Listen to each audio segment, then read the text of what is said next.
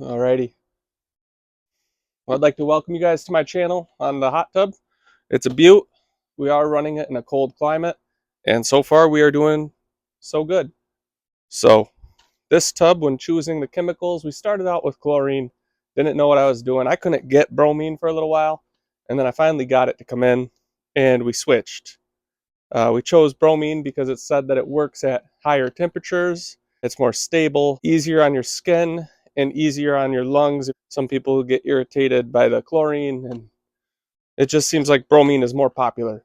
So I'm happy with it. It's easy to balance. If you do have a bromine tub, you're going to want to make sure that you get a bromine shock oxidizer.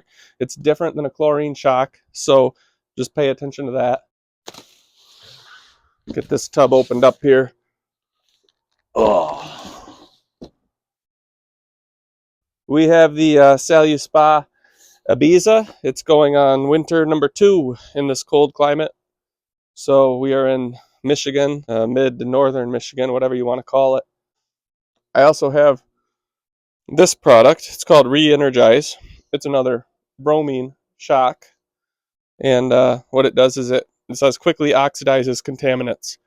So I know chlorine's great. It's a very good disinfectant. But bromine, it seems like everybody seems to use it for spas for whatever reason. It works better at hotter temperatures. So we'll get the tub opened on up for you here. And I'm not going to lie to you. I don't enjoy having to take the foam cover off. And I don't enjoy having to go around and do all the buckles. But I got into this tub at a pretty good price.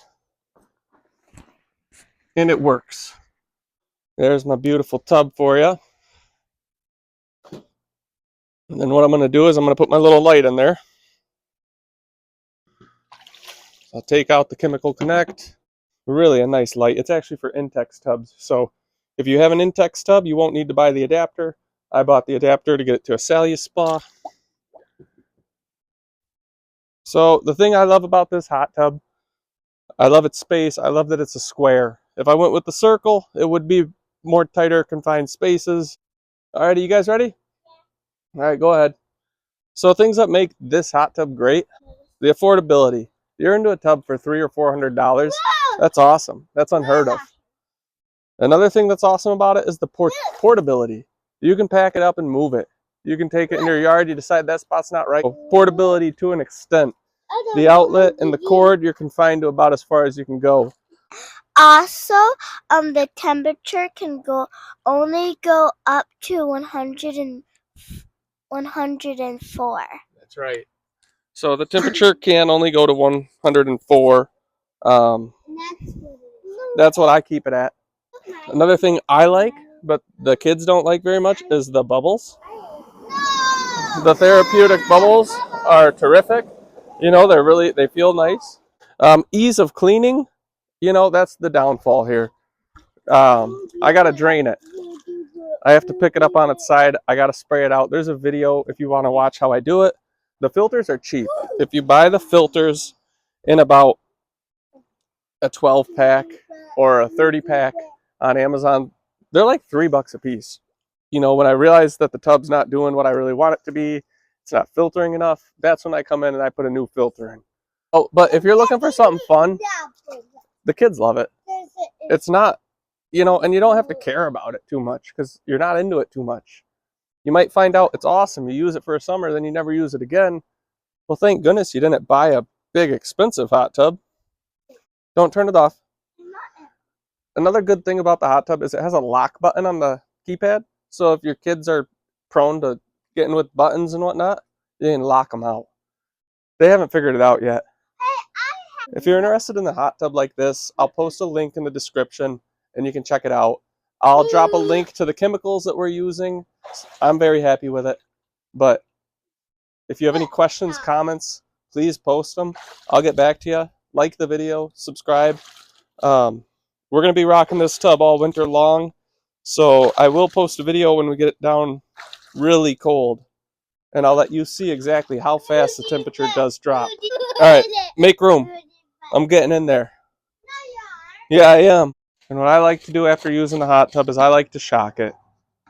You don't do it every time, but after, you get a couple people in there, you want to just shock it. Get that stuff going again. I'll turn the bubbles on, help get it moving throughout the system. Take my Chem Connect back. Let's see. Oh, it's getting low. So what I'm going to do there is I'm going to put a couple tablets in there. What's really nice about this is it's as easy as this. 1, 2. Wash your hands good after touching bromine.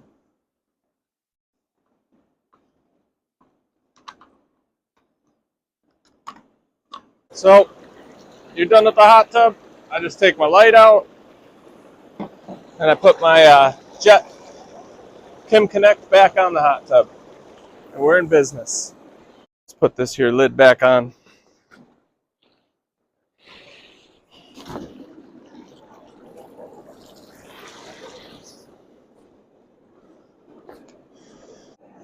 All right.